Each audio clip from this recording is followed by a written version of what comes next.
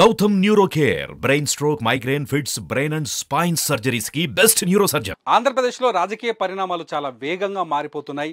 రాజకీయ నాయకుల జంపింగ్ జపాంగులు చాలా స్పష్టంగా కనిపిస్తున్నాయి. అయితే జనసేనలోకి ముద్రగడ పద్మనాభం ఎవరైతే కాపు సామాజిక వర్గం నుంచి ఉన్న బలమైన నాయకుడిగా గుర్తింపు తెచ్చుకున్నారో ముద్రగడ పద్మనాభం ఈ నెల 22వ తేదీన జనసేనలో చేరబోతున్నట్టుగా తెలుస్తోంది. ముద్రగడ పద్మనాభంతో పాటు ఆయన కుమారుడు గిరిబాబు కూడా జనసేనలో చేరతారని తెలుస్తోంది. ముద్రగడ పద్మనాభానికి ఏమిస్తారు, ఆయన కుమారుడు గిరిబాబుకి ఏమిస్తారు అనేది కొంత స్పష్టత రావాల్సిన అవసరం ఉంది. ముద్రగడ పద్మనాభం అయితే మొదటి నుంచి ఏదైతే ఆయన వైసీపీతో కొంత అనుబంధం కలిగి ఉండటం, వైసీపీ నాయకులు ఇంతకాలం ఆయనతో టచ్లో ఉండటం, వైసీపీ నాయకులు అనేక రకాల పదవుల్ని ఆఫర్ చేయడం, వాటన్నింటినీ ముద్రగడ తిరస్కరిస్తూ రావడం ఇదంతా జరిగింది. కాకపోతే వైసీపీలో జరిగిన చర్చ ఏంటంటే ముద్రగడకి ఎంపీ సీట్ ఇచ్చి ఆయన కుమారుడు గిరిబాబుకి ఎమ్మెల్యే సీట్ ఇవ్వాలని కొంత వైసీపీ ఆలోచించినట్టుగా తెలుస్తుంది. చివరి క్షణంలో జగన్ మనసు మారిందా లేకపోతే ముద్రగడ మనసు మార్చుకున్నారా అనేది కొంత స్పష్టత రావాల్సి ఉంది. ఇవన్నీ పక్కన పెట్టేసి ఇప్పుడు జనసేనలోకి వెళ్ళడానికి ముద్రగడ చాలా సుముఖంగా ఉన్నారు. ఇప్పటికే జనసేన నాయకులు ముద్రగడ నివాసానికి వెళ్ళి చర్చలు జరిపారు. ప్రస్తుతం జనసేన నాయకులు కూడా ముద్రగడతో 100% టచ్లో ఉన్నారు. ఆయనతో మాట్లాడుతూనే ఉన్నారు. ఆయన అనునిత్యం ఆయన్ని పలకరిస్తూనే ఉన్నారు. ఇటు తెలుగుదేశం పార్టీ నుంచి కూడా కొంతమంది నాయకులు ఆయన దగ్గరికి వెళ్ళి మాట్లాడారు.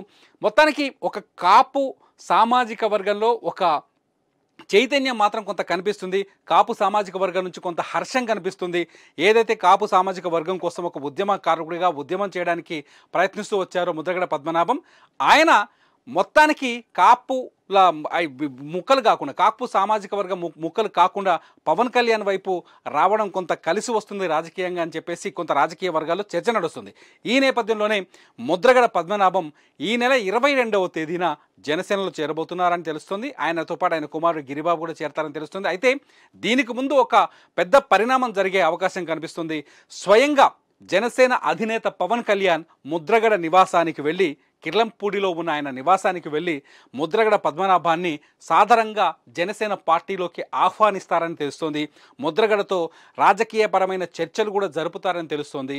దీంతో పవన్ కళ్యాణ్ ఎప్పుడు కిర్లంపూడికి వెళ్తారు, అక్కడ ఏం మాట్లాడతారు అనే అంశంపైన చర్చ రాజకీయంగా పెరుగుతోంది. అయితే పవన్ కళ్యాణ్ ఎప్పుడు వెళ్తారనేది కొంత స్పష్టత రావాల్సి ఉంది. వెళ్తే ఆదివారం రోజు పవన్ కళ్యాణ్ వెళ్ళొచ్చు, లేకపోతే సంక్రాంతి మరునాడే పవన్ కళ్యాణ్ కిర్లంపూడిలోని ముద్రగడ నివాసానికి వెళ్ళే అవకాశం ఉంది, లేకపోతే సంక్రాంతి రోజు వెళ్ళినా ఆశ్చర్యపోవాల్సిన అవసరం లేదని చెప్పేసి రాజకీయ వర్గాలు కొంత చర్చ జరుగుతుంది. పవన్ కళ్యాణ్ టూర్కి సంబంధించిన ఏర్పాట్లు మాత్రం కొనసాగుతున్నట్టుగా తెలుస్తోంది. పవన్ ఏ క్షణంలోనైనా ముద్రగడ నివాసానికి వెళ్ళొచ్చు, ఆయనతో మాట్లాడొచ్చు. అయితే జనవరి 22వ తేదీన అయోధ్యలో శ్రీరాముల వారి విగ్రహానికి ప్రాణ ప్రతిష్ఠ ఉంది.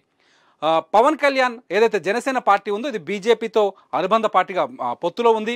బీజేపీ జనసేన కలిసి పనిచేస్తున్నాయి. ప్రధాని నరేంద్ర మోదీతో పవన్ కళ్యాణ్కి సఖ్యత ఉంది, చక్కటి సంబంధాలు కలిగి ఉన్నాయి. ఇప్పటికే పవన్ కళ్యాణ్కి అయోధ్యకి రావాలని ఆహ్వానం కూడా అందింది.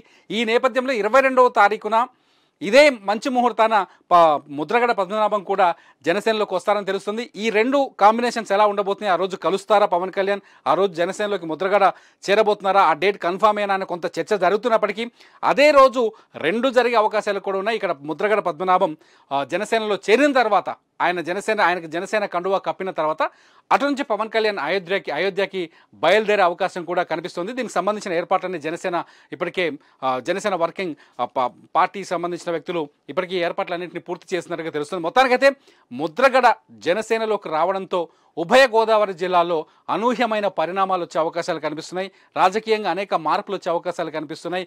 ఏదైతే కాపు ఓటు బ్యాంక్కి నిలవుగా ఉందని చెప్తున్నారో, కాపులు చాలా బలంగా కనిపించే ప్రాంతంగా ఉన్న ఉభయ గోదావరి జిల్లాలో ఓట్ షేర్ పూర్తిగా చేంజ్ అయ్యే అవకాశం కనిపిస్తుందని తెలుస్తుంది. ఎందుకంటే ఉభయ గోదావరి జిల్లాలో ఏ పార్టీ అధికారంలోకి ఎక్కువ సీట్లను గెలుచుకుంటుందో ఆ పార్టీ అధికారంలోకి వస్తుందనే చర్చ ఉంది.